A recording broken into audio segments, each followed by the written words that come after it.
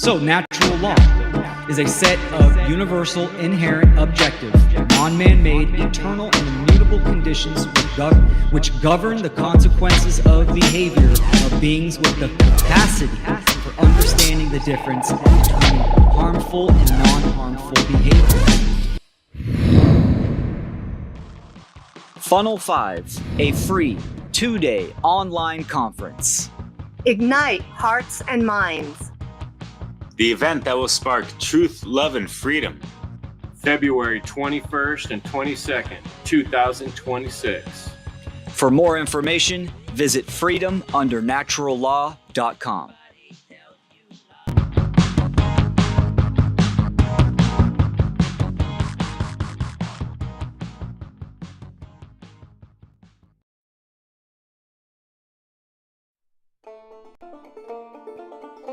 This is the End Evil Podcast, where we speak raw truth. The aim is to impress you about the value of your time on this planet, to shine a light on the most important truth that has been obscured for too long, to give you the information and knowledge necessary to make true change, to move human experience away from suffering and grief and towards love and joy. Let's begin to work towards the end of all evil. Every week, we dig into natural law, trauma programming, and the mechanisms of societal control.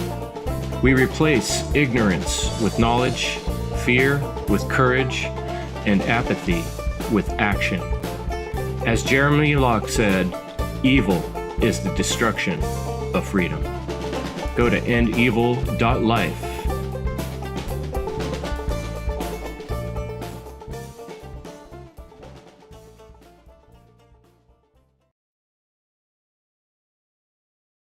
This book and this moment are urging you to pause. The book that changed my life. Are you ready to start your new life? Are you ready to awaken to the purpose and the passion that's been waiting inside of you all along? Check out endevil.life. Evil is the destruction of freedom.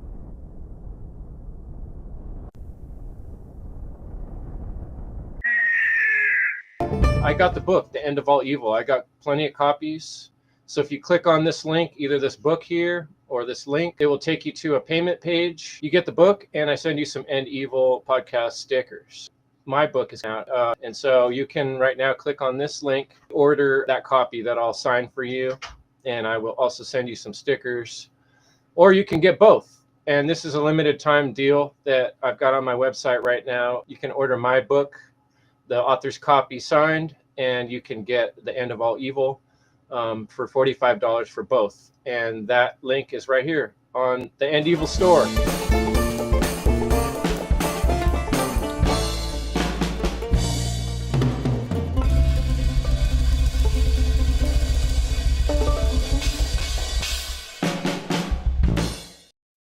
We want to talk a little about the problem of universal law. Universal law.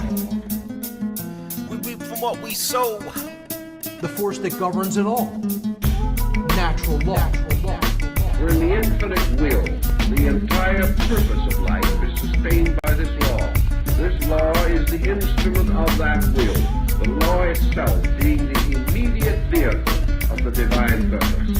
This is what those of us know the difference to and are taking it back to cosmic law. He seeks wisdom instead of gold when it comes to gaining wealth, and knows if he wants the world to change, he must first change himself. I don't understand, this is universal law.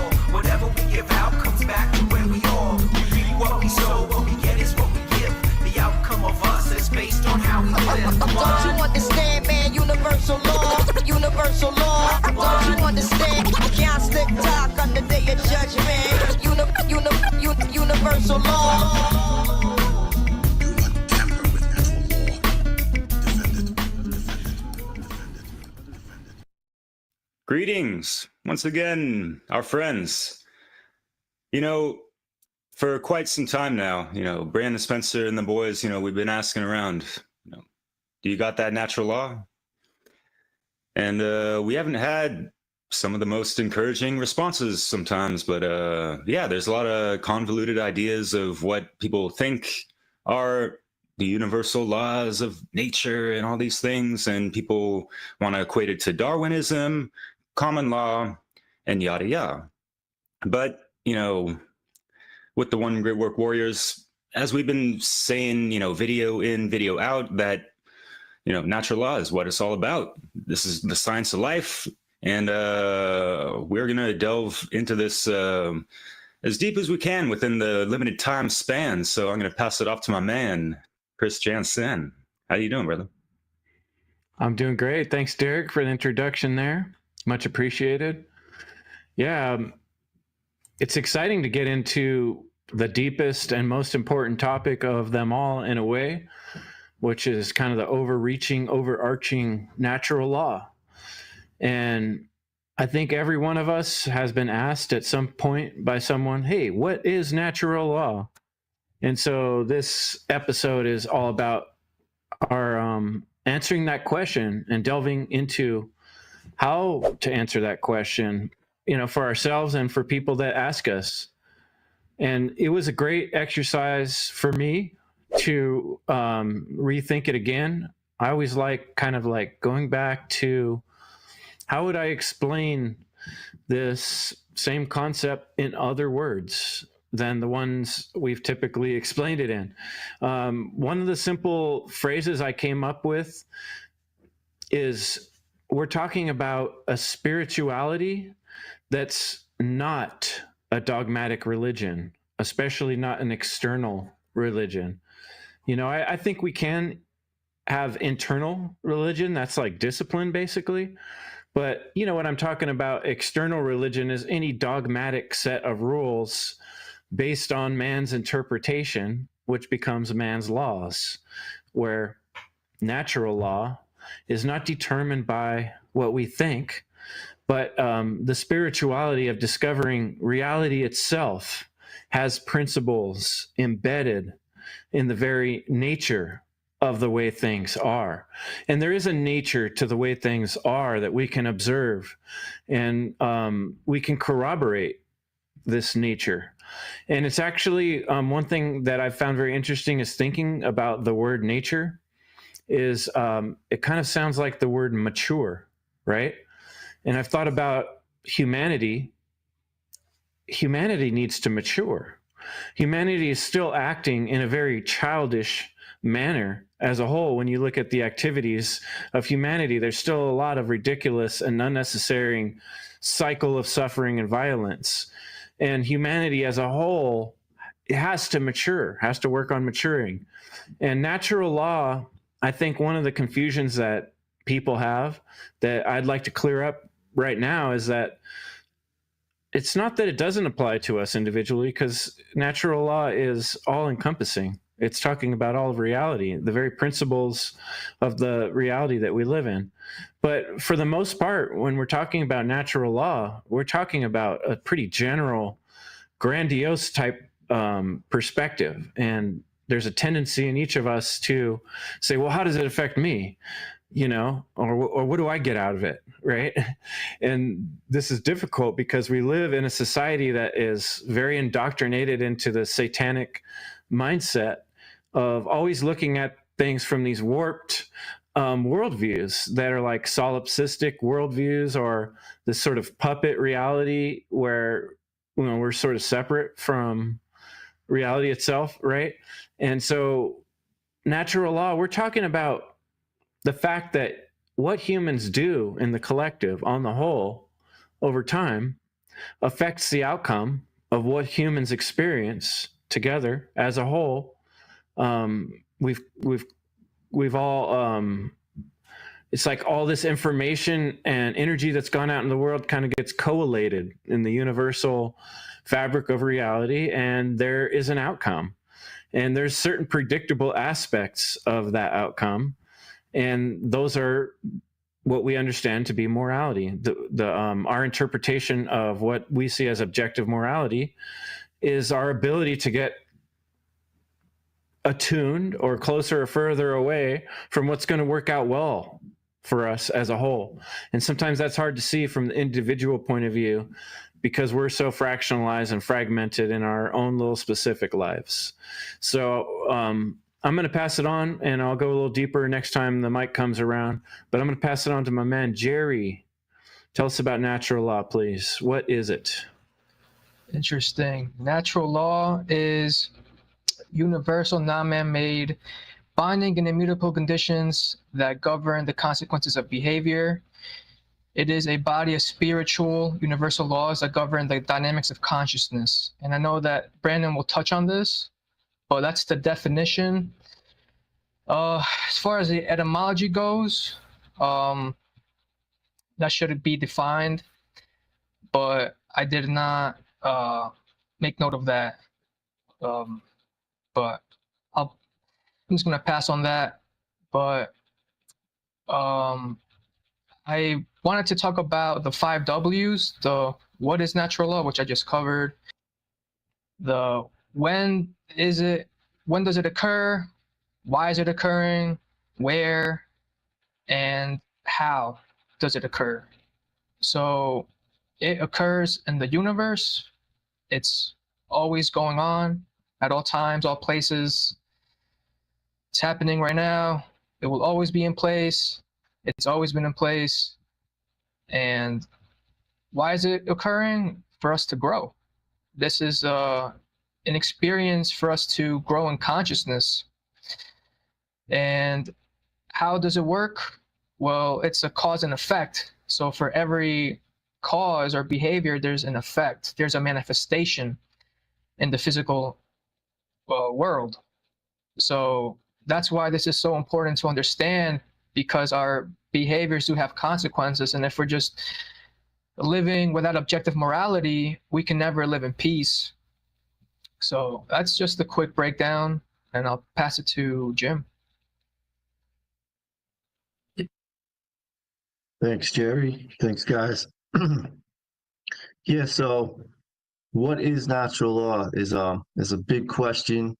And I really would like, for anyone who's watching this, if they see that as the title, they'll be able to leave here knowing, at least get a grasp of what it is, because it's not something that you can just get fully and deeply at once. So, it takes a long time to process. And I'm 49 years old, and it wasn't until about 3 years ago I started to learn about natural law. If someone asked me what natural law is, I don't know what I would have told them. So, it wasn't taught to us in schools. I never remember anyone talking about it, any time in my life until, maybe I started going on this journey. But not until 3 years ago, I started to hear a little bit, and then it was all right, I want to know what it is. So I started to, look into it, and it took time to process. And so one of the biggest moments for me, because I was I still don't get it, what does it have to do with anything, One of the moments that I got dawned on me was when I got it that natural law is not man's law. When you compare it to government and how humans have we've all been indoctrinated and programmed to believe in man's law. That's something I was taught about in school. We were all taught about government and how America is the greatest place and the greatest government in the world, and you learn to pledge allegiance and belief in authority and all that stuff. And so that's programming indoctrination of man's law. But then, so that's what I always knew. But then when you start to learn about natural law, it's wait a minute. You start to understand, okay, well, man's law is not moral, it's immoral. And natural law is about morality. And it has to do with the fact that we are all connected. One of the easiest ways to explain natural law, there's a couple of them, but you could say, everyone's heard this one, you reap what you sow, we reap what we sow, we're all connected, I think people have lived, if you live long enough, you know that's true. You just know it. Like there's consequences for your actions. But like just intuitively, you know, like we reap what we sow, and we're all connected. So when it comes to man's law, we've learned that there are people who we even like vote for or give this kind of put on pedestals and give them this respect that they can have authority over us. But when it comes to natural law is like also known as universal law. Doesn't know the difference. We're all human beings. We're all equal. And so like the natural law sees me just the same as they see like a guy like Donald Trump or Joe Biden, like, or they're just the same as like the universe sees an Aborigine in the outback or a tribe in the rainforest is the same. There's no difference between those people and people who are living in a penthouse in Manhattan, like who work on Wall Street, or people who work in ties, who like we give this authority, they give them the opportunity to perform wrong actions towards us. Like if they're gonna steal from us, like in terms of taxes, when you don't want to give it to them, but they're stealing. The universe doesn't see the difference between them stealing just because of who they are, and then also if we're voting for them, we are contributing to that stealing by supporting them in those actions. And so that's like natural law sees that. That's karma. That's like the consequences of that don't go unnoticed.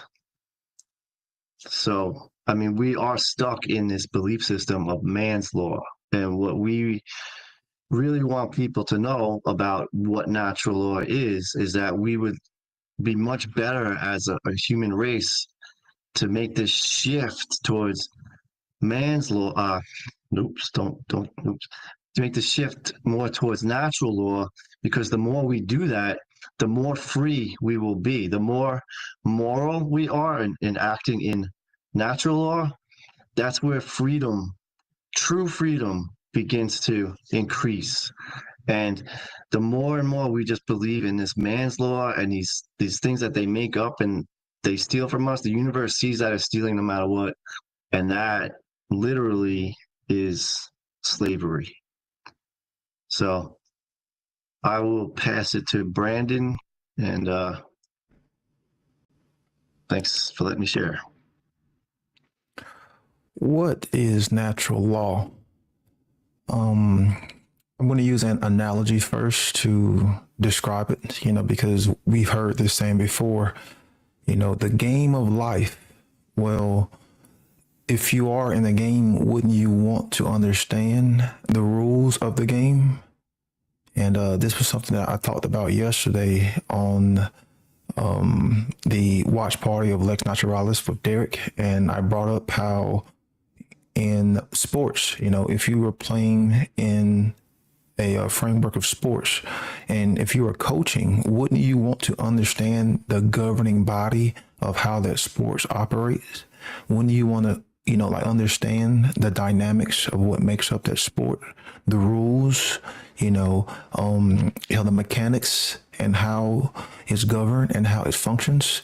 That way, if you have that knowledge, you can use it to your advantage. So when we ask this question, what is natural law? It is the governing dynamics that are going to determine if humanity is free or enslaved. So you can turn the show off because I've summed it up in a brief factual statement. But in actuality, it is a tool of discovery. It is a tool for the individual to discover, their own inner vision of thinking. It is a key to unlock your mind. It is a way to de-occult this inner understanding. That's not the definition of it, but I'm just describing what it is. So the the definition of it is important, because when you define something, you are actually separating it from other things in reality. So when we define a word, we are saying this word means this one thing. It doesn't mean something else. So when you are defining something, you are actually putting boundaries on it. That way you can communicate those boundaries, what that word is, to other people. So the definition of a natural law would be, as Jerry said, immutable, objective, universal, non-man-made, binding conditions that govern the consequences of behavior for intelligent, sentient beings. And you can also, just use the definition, the immutable, universal, non-man-made, objective, governing dynamics that are going to give us the same output that we put into reality. So when we look at the word governing, what does it mean to govern something? It means to control. It means to pilot. It means to steer. Okay, well, let's look at what the word dynamics mean. The word dynamics comes from the Greek word dynamikos. It means power, keyword hands. So when you usually look up the word dynamics, it's associated with systems. It's associated with, motion and force. So if we look at humanity, our first, let's look at what is a system. A system is, you can call it a integrated of parts. So you have a bunch of individual parts that are working in some form of cohesiveness, in some form of harmony, in some form of cooperation. So you can view humanity as a system because it is made up of the micro. It is made up of individuals. You have the macro being humanity, and you have the micro being the individual. So we should, so we're all working together in this co-creative reality. So what would be the force? What would be the force? The force would be how we think, because how we think is going to lead toward motion, and motion is energy within us, emotions, so that energy in motion, emotion is going to lead toward behavior. That's going to be the output manifestation within this system. And that output manifestation is going to be force, because that's what our behaviors are. It's forms of force. That force can be based in love, or it can be based in fear. And we are going to reap the consequences based off whatever force we put back out into reality, not just from an individual level, but also from a macrocosmic level, because that's how systems operate. If you take any system and if certain individual parts start to not operate correctly, start to defunction, it's going to have an effect on the whole system. So when we are looking at the governing dynamics of behaviors, it works that same way. It's just with there being more individual parts within the system, it takes a lot more time in order for us to experience these detrimental flaws, or these detrimental degradations in humanity, aka the macro, aka the system. So with any system, there is a feedback loop, so with the macro and the micro, there is this feedback loop, because that's what systems have. So if we are putting out this force, this energy in the form of fear, in the form of violence, in the form of coercion, we are all going to reap those consequences in the aggregate if majority of the people are using that same force. So the governing dynamics of behavioral consequences are there to teach us, to guide us, to help steer us in the correct direction. That's why I say it is a tool used for discovery, because it is used it is used as a means to analyze your own thought forms, your own belief structures, how you think, and the axioms that you hold dear to your heart. And then that way you can analyze and hold it to a standard and say, hey, am I believing in things that are going to get me to what I say I want? Am I engaged in immoral behaviors? Am I doing right? Am I doing wrong? You see, it's a tool of discovery. It's a tool for you to analyze your own self. Then once you start inwardly, and then you can start to branch that, you can start to branch outwardly. So the governing dynamics, because, everything in reality operates on law.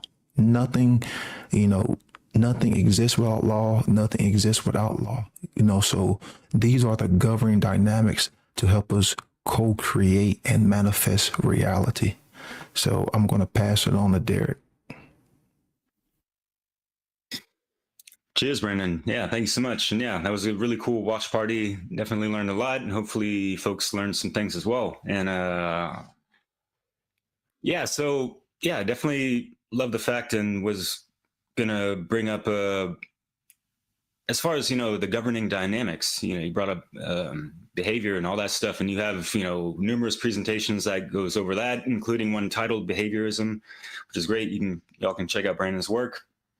But I'll talk more kind of like about the governing dynamics of just like creation in and of itself, because the Hermetic principles, mentalism, law of correspondence, vibration, rhythm, polarity, everything has poles, everything has like a dual opposite within it in a sense. Same with the law of gender. And obviously cause and effect is one of the biggest ones. And so break it down in a sense of how these things, like we can see this, beyond the Hermetica of just like the 7 principles of how creation is structured, right? And there is a lot of structure in all these things that encompass, every single cell and atom, and fractals out from all that permeates all dimensions, right? So as far as bringing it, grounded into 3D, I'm gonna share a hermetically sealed love story, if you will, and how so people want to. Well, what's the point of learning natural law? This is your life. You are not exempt from these laws of nature that existed, before humans were ever conceived.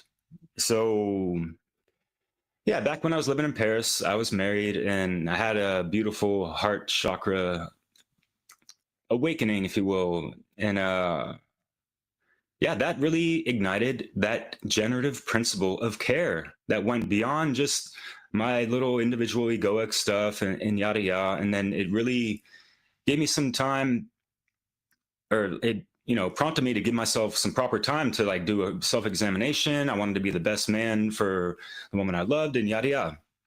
So, I can reflect on that today, knowing what I know now, and seeing like, okay, going over the Hermetica again, the first cosmic law principle, I realized that I needed to change my mindset. I wasn't thinking properly, or, the best I could have. And I noticed that, I had a lot of internal conflicts and a lot of itches that I wanted to scratch, because I felt really confused, ignorant to the world in a good degree. I wanted to be a father, and I was like, what the hell am I going to teach my kid? And that kind of stuff, right?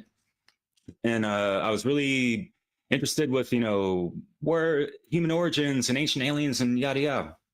And so the law of correspondence, like, who are we exactly as humans, like in relation to the whole cosmos and this and that, like forget aliens, like we need to figure out who the fuck we are first and fucking foremost, And I noticed that just I didn't have the best health at the same time. That also prompted me to, make some changes. So yeah, I had like, my vibe was disrupted, hormones and all that stuff. I had eczema, health problems. I was out of rhythm with myself, if you will, as well. And I still had inner conflicts of what I thought was true and all that stuff, and needed to confirm a lot of stuff and relearn and unlearn a lot of stuff because I was polarized by certain things, right? Law of polarity. And I noticed that I was kind of spinning on the wheel of life, not really having proper direction or control of it. So I was not on the plane of causes to the effects in my life, going back to cause and effect. And I did also notice that, being in a relationship, I wasn't, in my full masculinity all the time as well. And as far as, bringing it down, masculine and feminine, both aspects, archetypes of energy, whatever, of consciousness that resides in our minds as well, the right and the left side, I had imbalances as well. So there was so much that I was able to work with myself, not even like knowing of these things, and like going through alchemical processes that corresponds with natural law as well. So damn it, I told this story and I wanted to correspond all these tarot cards, but maybe next round. I hope that made sense and folks could follow with that, something that applies to anyone's life. This is the science of life. You just got to dissect it and see it for what it is, and then we're able to better ourselves for the future, maybe repent for the mistakes so we can have that cosmic apology that really opens the floodgates up for that generative principle of care, that lost principle, right? So Chris, I guess we'll keep the cycle or whatever. And law of cycles, think about that too. Yeah, thanks, Derek, for sharing some personal aspects of your experience too, finding that balance, right? The fact that we all have a balance to find is an indicator that there's something to be studied out here. Thinking about like one of these nature documentaries, and they're like, look at this orange fish and its weird hooked fin. As we studied this fish, we realized it had a hooked fin so it could hang onto rocks and feed on things in the rocks. Like, why do we even have this ability, like the fish has the hooked fin, to question things and wonder about why we're here and make conscious decisions? That's not for nothing. If you were if you could step outside of our being as humans and imagine being a higher being looking at us, you would say, oh, look, they have the ability to determine consciousness. They have the ability to discern between right and wrong. Why don't they do it? Because we're looking at a lot of humanity making choices that aren't really thinking about how it's going to affect the nature of the next people showing up on this earth, having to deal with sort of this karmic result of what the people before them did or didn't do. Another way I thought to describe this, natural law is similar to cosmic or karmic justice, that we're experiencing the results. Like we brought up the law of cause and effect, right? This is like, we can do like an allegory, an example or metaphor would be, imagine if you're standing at the top of a hill. And I just was the other day on a walk, and there's a tire laying at the top of a hill. As I walk to the top of the hill, I see the tire there. And I'm tempted to just stand the tire up on its end and just roll it to see how far it'll go, right? And in my mind, I'm thinking about like kinetic energy and potential energy, right? The tire, because of the fact it's at the top of the hill, it already has potential energy. And if I turn it on its side and kick it, now it has kinetic energy and it's moving. And so that's kind of like natural law. It's these like kinetic and potential energy. These energies always exist. It's just a question of how we use them or how we apply them, right? So if I were to do that in a non-conscious manner and send a big giant tire rolling down a hill when I knew there was a bunch of kids playing down below, I set this in motion. Once that tire starts rolling, that's like the effects, right? The cause was me kicking it and standing in on its end. So everything we do in life is like this decision with this tire. Should I do something or should I not do something? And then we have to consider that once we do something, like the tire rolling down the hill, now it's in motion. Now something's going to happen. And so often when we describe to people, like, we want to work towards a world where we're not stealing from one another and causing harm so that the next people have to deal with that problem that we started by stealing from one another, such as rape, such as murder. I think Mark Passio did a really good job describing 7 specific types of things: murder, assault, rape, theft, trespass, coercion, deception. These are good examples of ways that humans go about setting this tire in motion down the hill rolling. And then people are like, well, we don't have any choice but to experience the results of what's already set in motion. Yeah, of course. The whole goal of this natural law thing is to start understanding that we have to start at the cause point, that point where we don't just roll down the hill willy-nilly without thinking about the consequences on other people. And part of that is just the recognition that this is the reality that we're living in. We got to stop denying that there's a cause and effect situation here, right? And so once we recognize that, then we can start making choices that don't affect people in a negative way. And that, whatever tires we do roll down the hill are constructive. They're things we thought about first. They're things we worked together on. We corroborated and came up with a plan that made sense. Where currently what we're doing is accepting the plan of other people, and they're not caring about which way the tire rolls, right? Because they're not considering how it's going to affect others. And many of us are not really considering that we even live in a world where this consequence thing is the case. And that's what we're trying to talk about by educating people about natural law, is to just help. Everybody has to understand this concept for us to be able to work within it, to be able to make changes because of it. If we don't accept this, the change can't happen, we have to be able to imagine something before we can do that something. So I'd say a big aspect of natural law is just talking about it with other people, just redefining it ourselves, just learning to observe it, see it for what it is, test it in our mind, and recognize on a larger scale that this is the most important dynamic of reality. And until we get that, we're not going to see the type of changes we want to see in the world. But if we do want to see things change in a way where humans are not raping, murdering, assaulting, stealing, trespassing, and coercing one another, then we need to recognize that those things happen because of actions that we do, right? And so we can change those actions. We can not do those actions. But in the meantime, we can't get out of the karmic debt of what's already been done. And that's kind of the frustration that people have when they're like, well, I want to work towards a world where I don't have to face the consequences. And it's like, too late. We're in the world of consequences. That's what natural law is. So there's no easy out of this situation when we've been doing a bunch of evil things to one another for a long time. So I'll pass it on to Jerry. You're up next, my man. Thank you. Brandon, did you want to say something? I think we all want to say. Yeah, I've got stuff to say, but you can go ahead and talk. Okay. Yeah, you brought up some great points, and I pulled up the etymology for natural law, so I might as well just say that. So this is from etymonline.com. Natural, century 1300, naturel, of one's inborn character, hereditary, innate by birth, or as if by birth.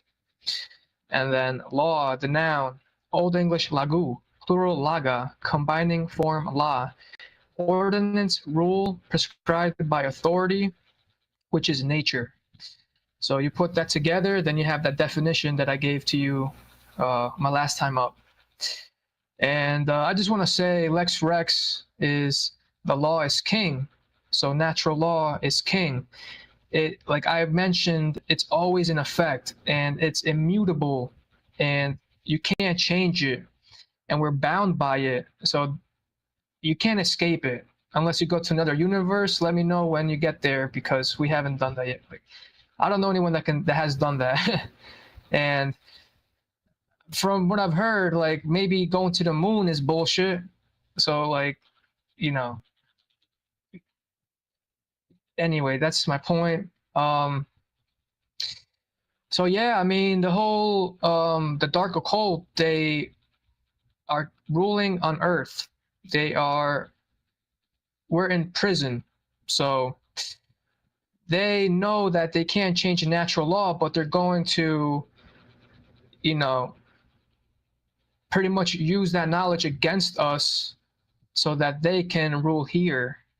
And this is why it's important to understand natural law, because ignorance is based out of fear, and that leads to chaos, which is what we don't want. And people say that they care, but you know, talking is not acting. So that's why the trivium is so important. That's how we learn anything. It's, you get the grammar, then you pretty much, you know, you get rid of the bad and then you act. So that's an essential component of natural law. And on the other hand, if, like Brandon said, you either choose love or fear, if our choices are based on love, that energy, we will get that knowledge of natural law. We'll make the sacrifices. Like, you know what? I'm not, true virtue is withstanding the highest bidder, right? So it's like, doesn't matter how much money you give me, I'm going to do what's right. And a right is an action that does not result in harm to other sentient beings. That's what everyone has to know on this earth. And the fact that people cannot say that is the reason why we can't protect our rights. Because people think man get to make up rights and create this false illusion of a law, like Jim touched on, which is imaginary, right? Their authority is imaginary. There's no such thing here as authority but natural law. So understanding this is how we understand our sovereignty, and then our external, we manifest freedom. But like Brandon said, we have to focus on the micro. We have to focus on the individuals. So by teaching this, understanding it, that's how we create the change. So I'll pass it to you, Jim. Yeah, thanks, Jerry. So yeah, like you had mentioned, there is like this ruling class that they do even they have an understanding of natural law and they're using it against us to keep us in this mindset, this belief system, this foundation of wrong thought. Then they know that they can keep controlling us in that way. Until we start understanding, you know, that that morality is objective, then they're going to keep getting away with this really screwed up world that we live in.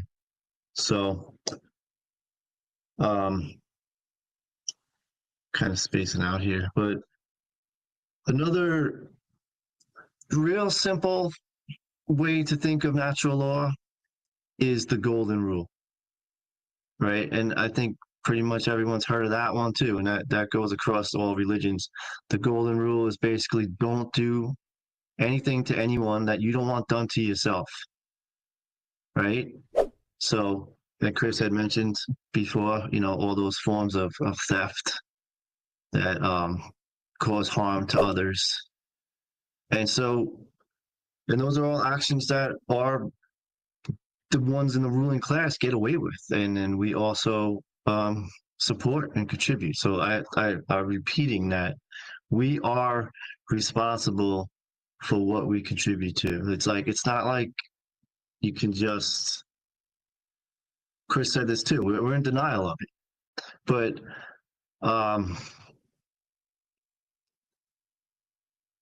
oh man, I knew what I was going to say, but I'll pass it to Brandon. I lost my train of thought. Thank you. We can't talk about natural law without bringing up the trivium and the means of truth discovery, because that's what life is all about, truth and morality, and having the tools at our disposal. Having the tools at our disposal so we can help align our perception to that which is the truth and objective reality. So when we are talking about objective reality, how does natural law manifest itself in the conditions? Well, we have the natural law expressions.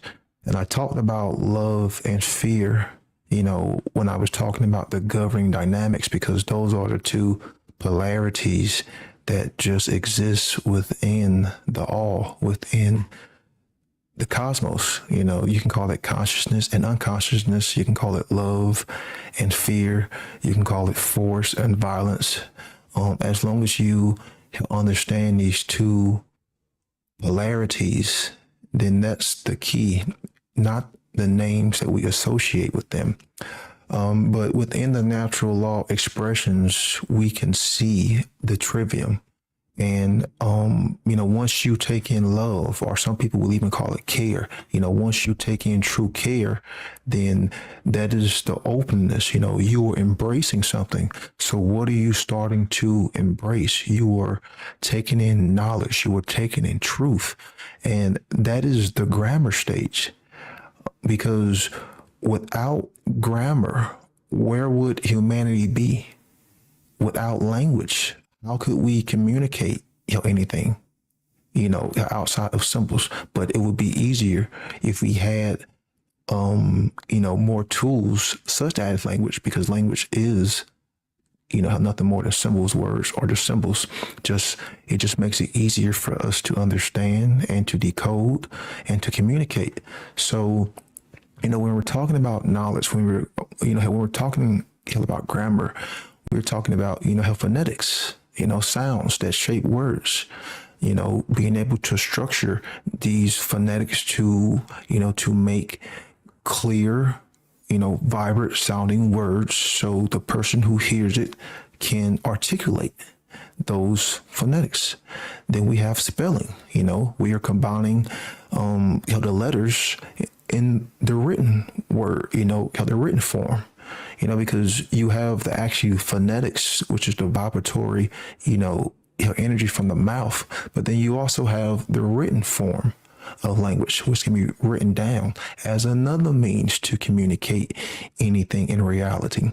And then you have the basic form of grammar, words to shape sentences, and then you can take sentences to shape, paragraphs, and then on and into infinitum, but the language is key, because the language is a function of consciousness. There is a specific reason why we are the only beings that we know of that is capable of language, because it shows, again, the power, the dynamic that we as human beings have when it comes to being able to understand this objective world, that we are all co-creating and manifesting, and that we all live and share with other life forms and with other beings. So we take in this knowledge, or we can ignore it. If we choose to ignore it, then that leads to limited thinking or distorted thinking. Or what if your knowledge is inaccurate? What if your grammar is inaccurate? What if your words are inaccurate? What if your definitions are inaccurate and they're wrong? and they're incorrect. Distorted knowledge leads to distorted logic, which is the confusion. That's the internal schism, because your logic is only going to be as good as the grammar that goes in.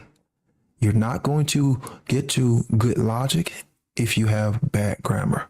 So if you are taking in indoctrination, if you're taking in religious ideology, if you're taking in dogmatic thinking, these are all forms of distortions in our thought forms, incorrect axioms. And that's why we see so many people confused in this world. We see so many people who are confused, falling for the same stuff that, that mankind has been falling for tens of thousands, if not hundreds of thousands of years. But yet, when you take in the correct grammar, when you take in the correct knowledge, then that will lead to that internal understanding, because you take this information in and it has to be processed. It has to be filtered. It has to be amalgamated and put together and filtered, because not all of it is going to correlate and, go together. So you have to use some form of filtration, and it should lead you to the path of the understanding, the inner knowing, sovereignty. The words that we use to describe it aren't as important as the actual, steps. Because, Mark Passio has created his own natural law expressions. Chris Nelson has, and I've created, my own set. So, but they all correlate, with each other. So if we view humanity and we see the world, we can see that it is on the wrong path. It is on the path of fear. It is on the path of ignorance. It is on the path of confusion. So what is the outward manifestation? We are seeing the condition of slavery. This is the rhetoric. This is the output. Because when you have distorted, when you have distorted thoughts, when you have distorted knowledge that leads to distorted logic, then therefore it's going to lead toward distorted, distortion in the form of behavior. And distorted just means twisted. That's what it means. It just simply means twisted. But again, if we had the correct knowledge, if we had the correct ways of thinking, and we've taken that thinking and we analyzed it, we've corrected our own inner thought forms, we've corrected our own belief structures, we've corrected our own axioms that we've constructed our viewpoints off of. We understand the definitions of words and the importance of language. Then the outward manifestation inevitably will lead toward freedom, because you have the tools to discern between truth and falsehood. That is the importance of the trivium, is being able to understand how to navigate through reality. So on the individual level, yes, you may have that internal freedom, and you're trying to push the internal freedom, outwardly by trying to educate people, like trying to get them to go through these same processes. But on the collective level, on the macro level, what is really going to be created if enough individuals go through this process in the aggregate is going to lead toward order. You have the macro and the micro. In the aggregate, if enough individuals decide to take in this knowledge, decide to understand what's right from wrong, decide to, finally have true care, that is the only steps towards freedom and order. But unfortunately, when we weigh the results, when we gather the data, when we look at and we, you can call it the scientific method or whatever, we are not in the condition of freedom. We do not have order. We have disorder. We have disharmony. We have slavery. So invariably, you can see, you can witness with your own, with the full totality of your being, that humanity is not interested in the truth. Humanity does not care. Because if you line up these natural law expressions, we are all on the right-handed path in the form of red: fear, ignorance, confusion, slavery, chaos. Because all across the world, we have what? We have chaos. But that external chaos is just a manifestation of what? The internal chaos. But why is there internal chaos? Because we have taken in what? Distorted information, distorted thoughts, incorrect definitions of words, false axioms, dogmatic ways of thinking, religious viewpoints. And see, what the trivium is pretty much just like a wheel, because the output is going to create more input. The input is going to create, more of an internal process of logic. Then that logic is going to create more output. Then it just go on and on and on and on and on. It'll never cease to exist. Never. Input, processing, output. It will never cease to exist. So this threefold process, you have the dynamic of how consciousness expresses itself through thoughts, emotion, and actions, in tandem with the trivium, grammar, logic, and rhetoric. Those, you can call it, those dual forms of the three, to be in cohesiveness, creates a wheel which continues to spin internally, gets pushed outwardly. And therefore you can become the teacher to try to help educate others. This is why you have to, you have to have all three.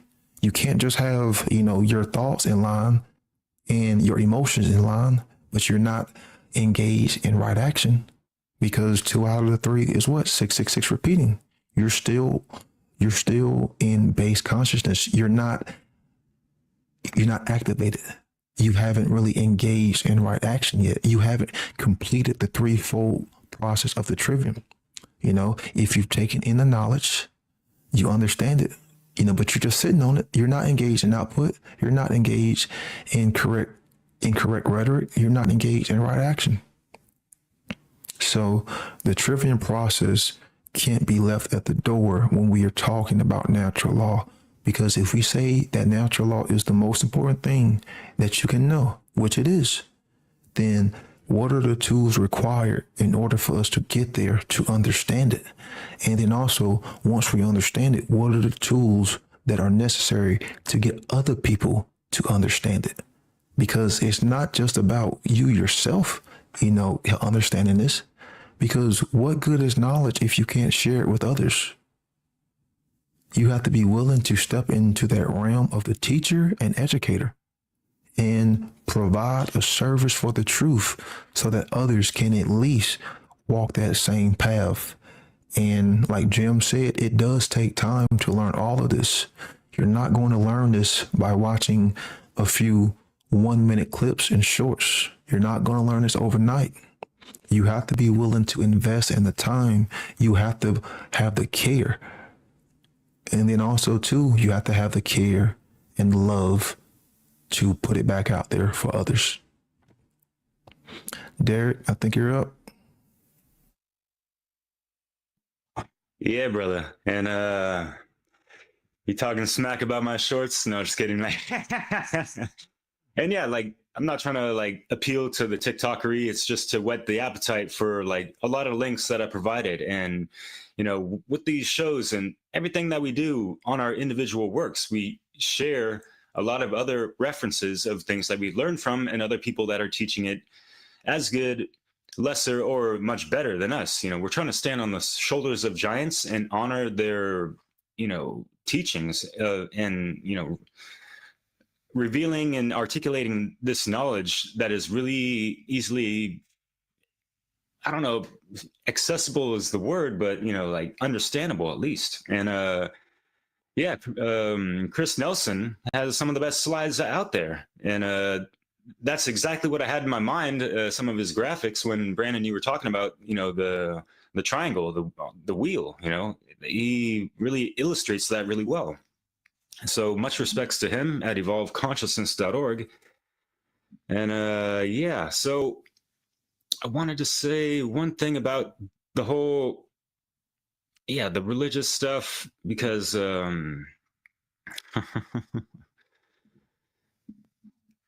there's some great things about religion, right? Yet, there's a lot of things that are questionable, and you've seen the history of how many countless deaths because of it, and conquered nations and civilizations, whatever. But to go down the line of what some of these religions across the world, expressed as far as, cause and effect and karma, if you will, starting with Buddhism, they said, hurt not others with that which pains yourself. Christianity, the classic, do unto others as you would have them do unto you. In Hinduism, they say, treat others as you would yourself be treated. Islam, they say, do unto all men as you would wish to have done unto you. Like, what about the women? And what, you know what I mean? Like, yeah, with the burqas and shit like that. Okay, whatever. Sorry. Judaism, what you yourself hates, do to no man. Okay. Native American, live in harmony, for we are all related. And they got more, they're really into animism and things. And from Sacred Earth, I don't know. Do as you will, as long as you harm no one. And that's legit, right? Doing, action, that's a masculine energy. And the non-aggression principle, the non-violation principle is the feminine. So yeah, take no shit, but do no harm. We would all get along quite fucking fine, and we would be able to resolve whatever conflicts that arise on, daily interactions that are bound to fucking occur, because we live in a collective consciousness tied in with, the collective unconsciousness and all that jazz. So it's going to take a long time for people to get really on the level of, really embodying, let alone understanding, these things, to get to the inner standing, right? To, have that proper hermetically sealed behavior, if you will. But love saying that. Wanted to bring up some other quotes, but just real quick, because no one mentioned it before. Where's my guys?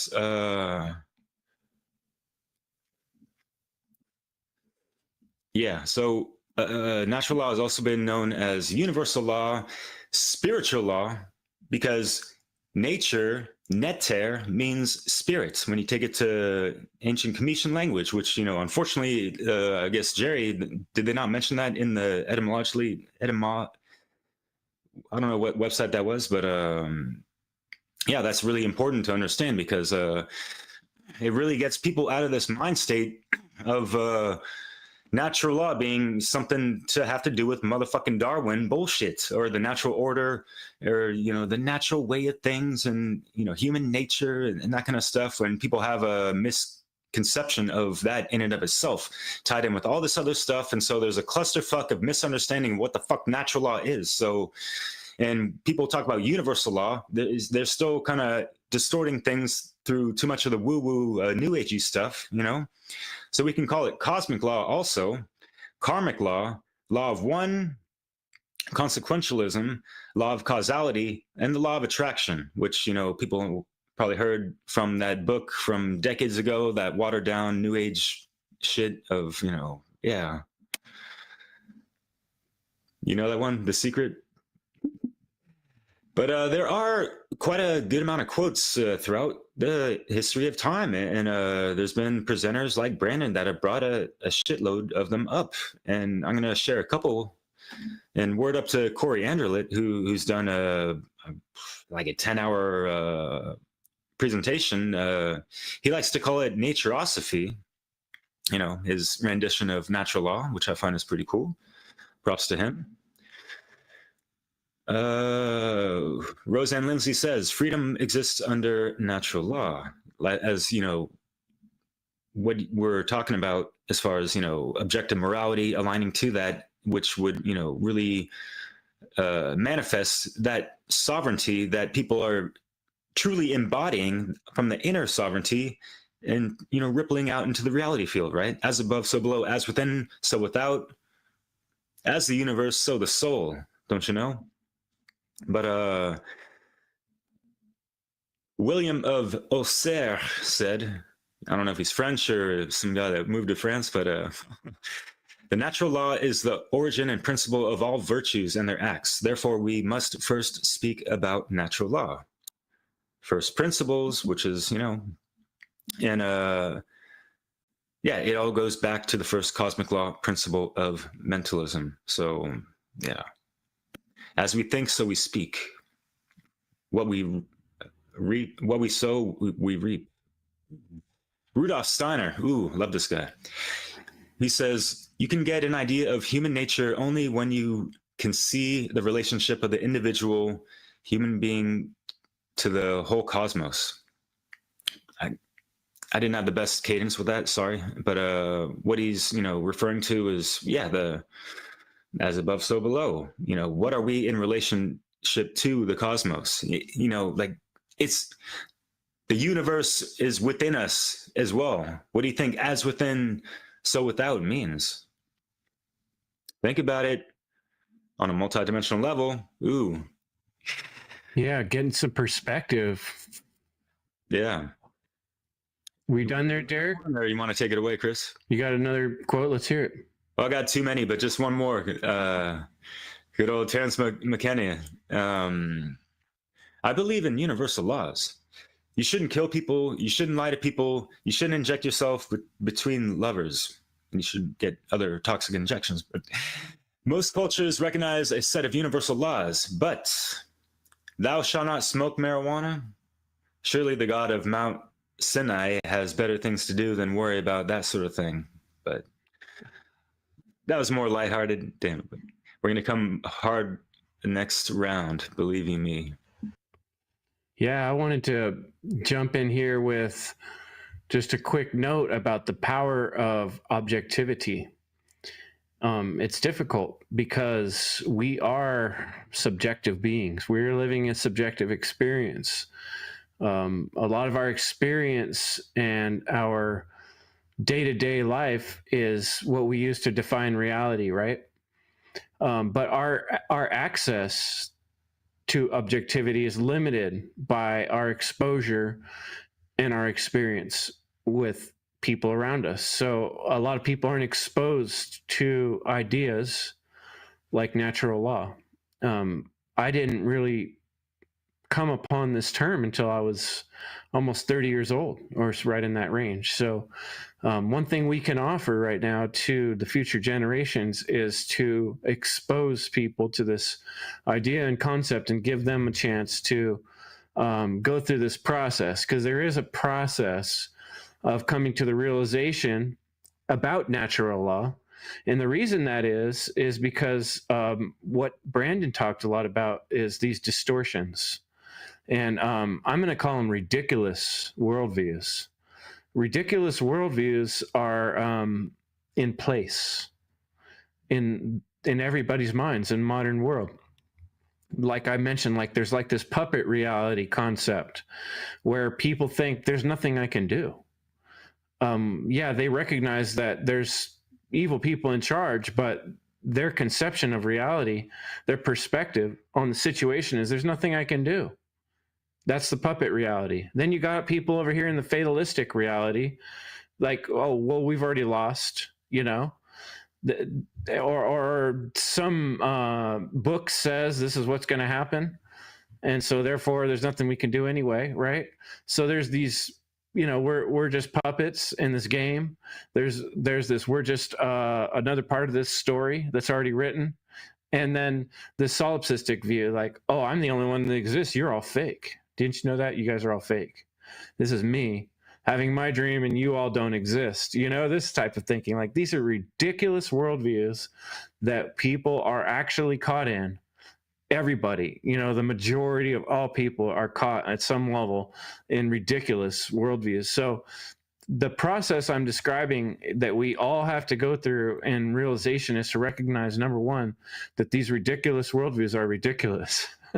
They're not reality. And the way we can do that is, I like thinking of these 4 words that start with a C: communication, corroboration, community, and cooperation. We can realize these things internally. That needs to happen individually, right? But once we've done that self-work, what we call self-work, and that's a whole topic in and of itself, but once we've done that, then we can find other people who have done that work and corroborate with them. Do you recognize what I'm recognizing, that our world's all messed up? Yeah, me too. Do you recognize that I recognize that most people aren't seeing the perspective on this situation? They don't see the problem? Yeah, I can corroborate. That's also the case. Okay, what can we do about it now that we understand that and we've fully digested that problem rather than just being frustrated with it? Now we start cooperating and we form a plan. To imagine any real change in the world, first we have to conceive of the bridge to where we're going. That bridge I'm describing is an understanding of the problem. We can't start jumping to the solution until we understand the problem. The problem is the worldview. The problem is the perspective in people's minds that is across the board. It's in all people. We need to shed that snake skin. And just like when someone dies, it's like stages of grief that we have to go through. There's the shock, oh my gosh, the world's not what I thought it was. And then you got to go through denial where you're like, oh no, this is all real. This is just conspiracy stuff. And then you realize, fuck, no, it's not. This is real. I'm mad at these people, anger, right? And then you go through bargaining. Well, maybe we can work out some kind of deal with these fuckers, it's just like these stages of grief. Depression, right? Oh, you just start wanting to give up.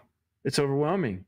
Testing, what can I do to make it easier on myself, And then the acceptance. Yeah, it's a fucked up situation, okay? This is what we got. What do we do about it, right? So we know there's these steps we have to go through of exposing people, exposing ourselves to the issue, questioning the issue, questioning what natural law means again and again, testing it with each other, corroborating that that's we're both observing, right? And then we repeat, rinse and repeat. It's like the cycle they describe of alchemy. It's also a process. Calcination, dissolution, separation, conjunction, fermentation, distillation, coagulation. It takes time, okay? So where we're at in that process right now is the realization and education part. And so that is where our focus needs to be. On ourselves, recognizing, do I really understand natural law? How I affect other people? Do I really understand morality? And the consequences of my actions on other people, do I fully understand that? Yes. If I do, if I can answer those questions, yes.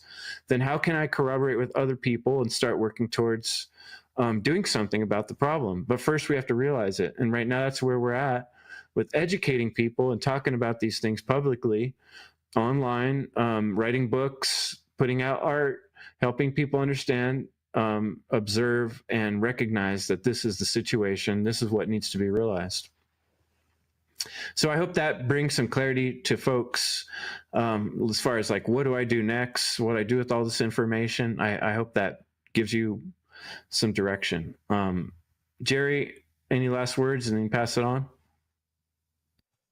Yeah, thanks, Chris. Once again, I have to thank you for this mastermind group, because if it wasn't for this, I would, not be at the stage where I'm at. I've just learned so much from you guys, so I recommend perhaps start a mastermind group with other people that say they understand natural law, and now they just need some accountability, because at the end of the day, that's what helps me, meeting with these guys.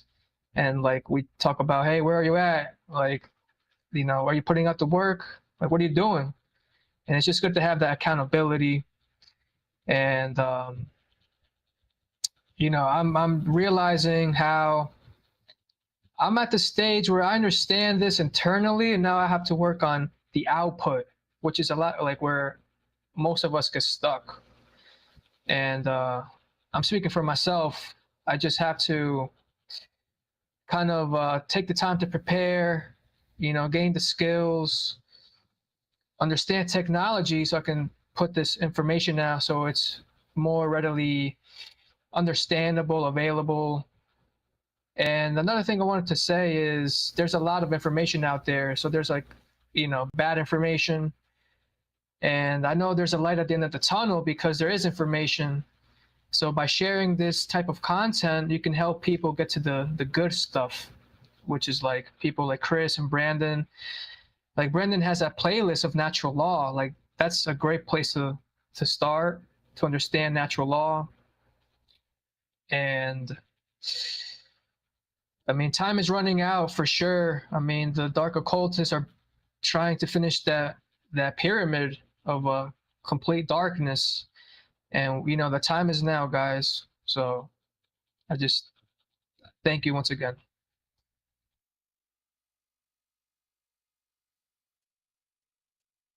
Thanks, Jerry.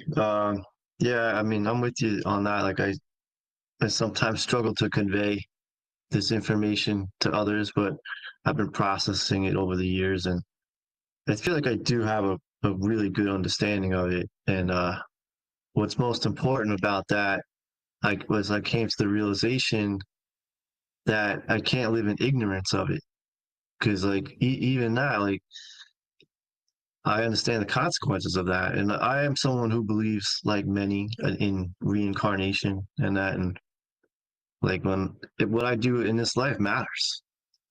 That's part of the reason why I'm here.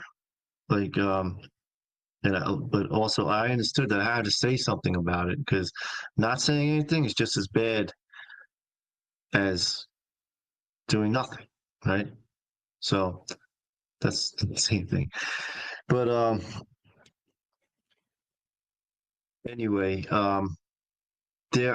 so once you start to understand this stuff, like before I understood it, there's that word called nescience, where it's like you didn't know,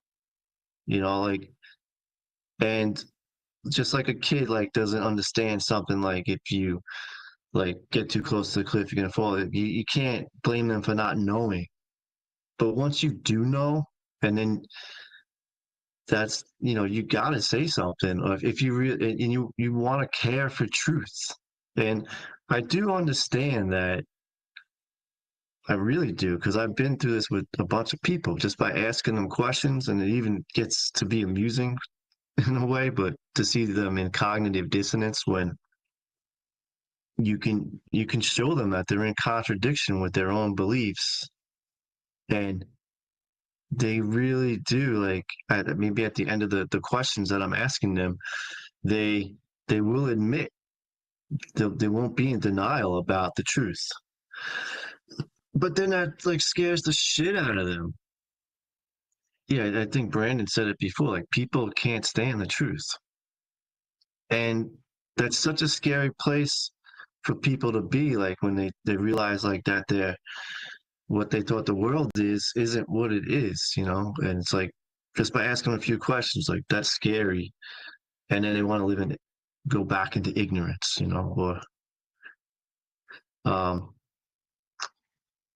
because a lot of people do know, they're not even in nescience. Most people are just even in ignorance. So, but yeah, I mean, you guys said so much of what I was going to say as well, but just appreciate the opportunity to be a part of this, and thank you for all that you guys have done and keep on doing. And yeah, just remember to keep speaking out. So pass it off to Brandon.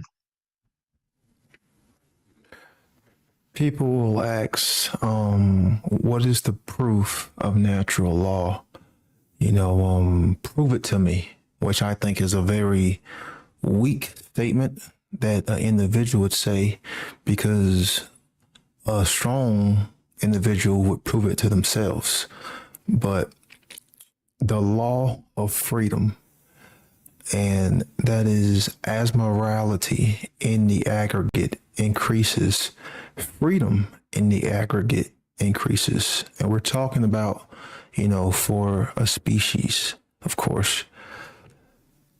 And then also too, as morality in the aggregate decreases, then slavery and tyranny in the aggregate is going to increase. So you can take what I just said and weigh. Hell, again, what does it mean to weigh something? You have a unit of measurement. So you take what I just said, and then you take the effects in reality and you weigh them.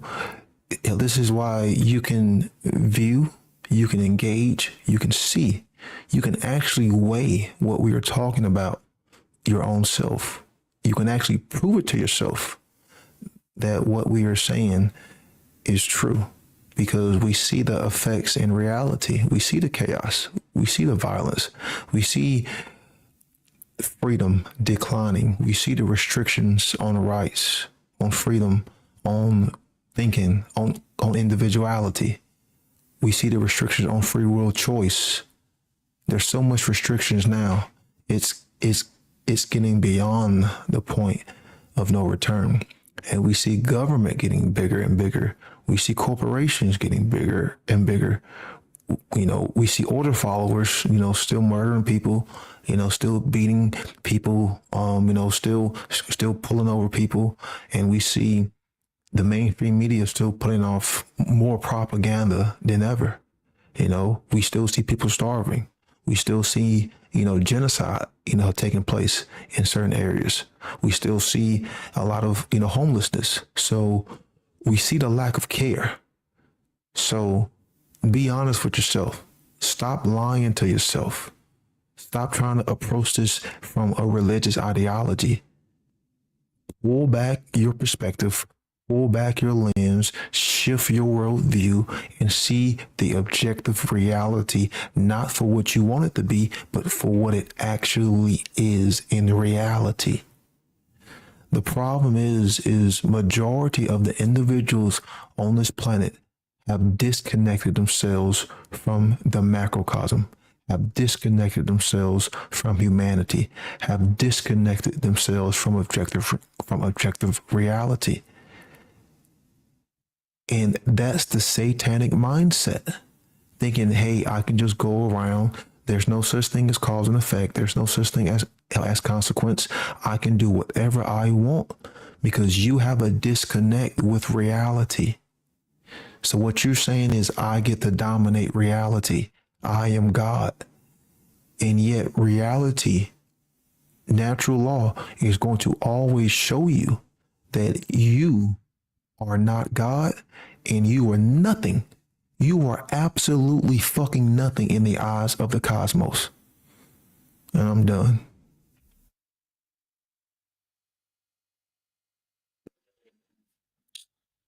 So, people want proof, huh?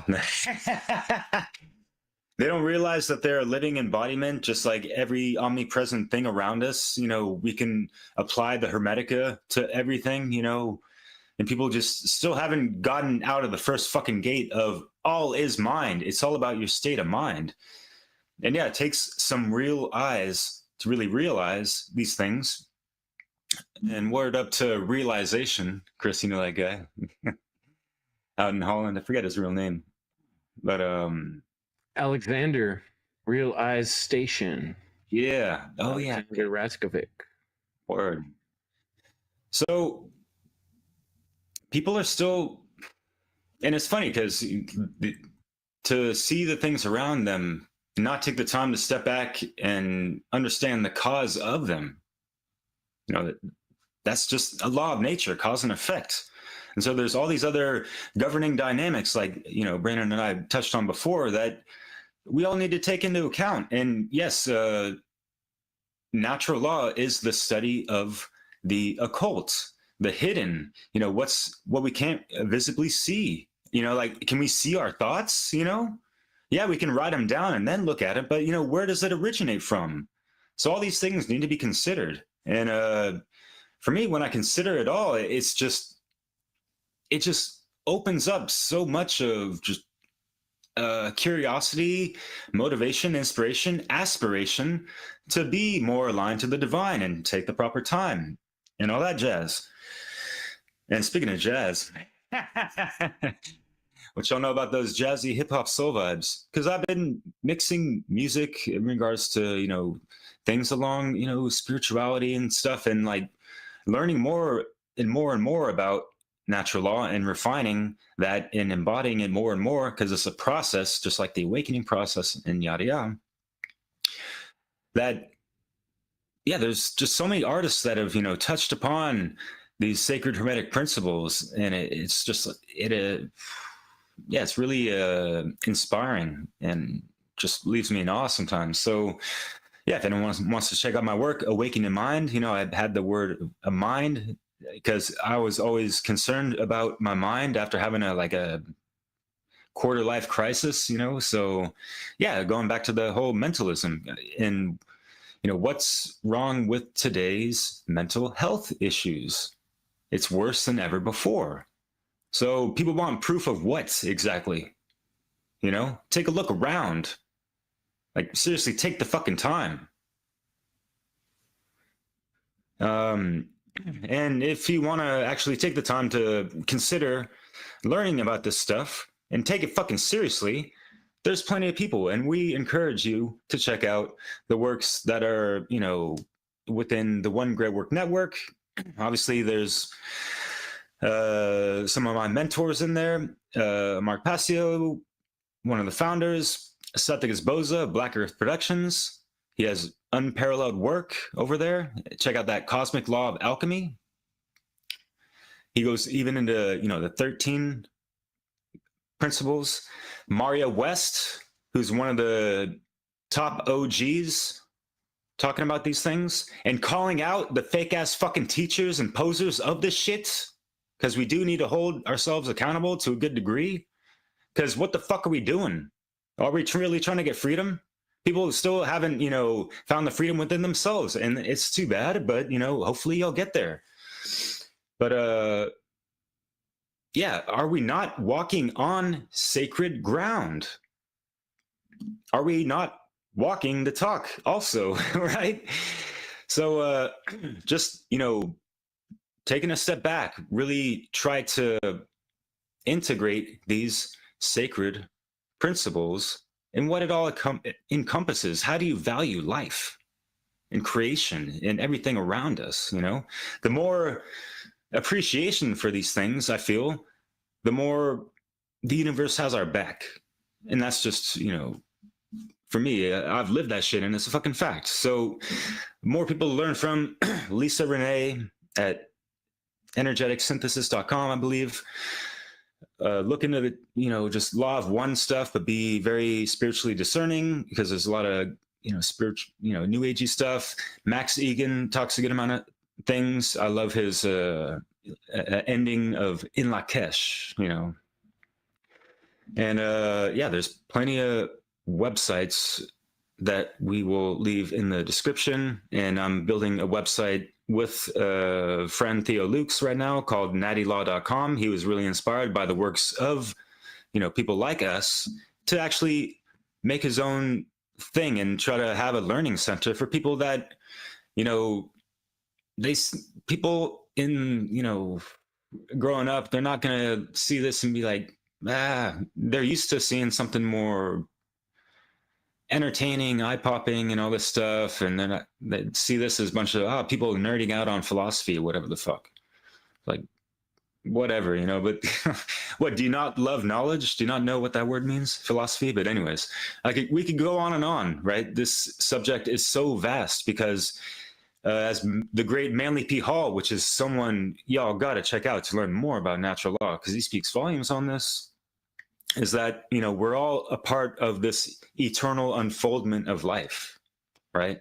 So try to be the cause point to the effects in a positive manner, to have that proper rippling out effect for the collective and your immediate surroundings, you know. But yeah, thank you all for listening. Chris, I'll let you finish it off, I suppose. All right. Thanks, Derek. And thanks, folks, for checking out this show. I hope it gives you some things to think about. I just want to leave folks with 4 exercises, natural law exercises. As I said, I see this as a process. You know, the natural law, the universe is, put simply, the universal laws which govern consciousness. But how do we actually understand that and practice it in our life and talk about it with other people?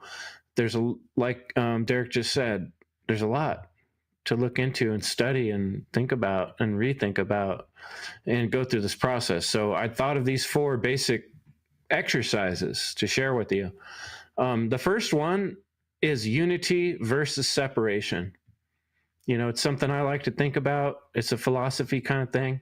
Are you separate from everything else? Are you separate from nature? Or are you in unity with all of life and all of nature? Brandon talked a lot about the disconnected nature of our society.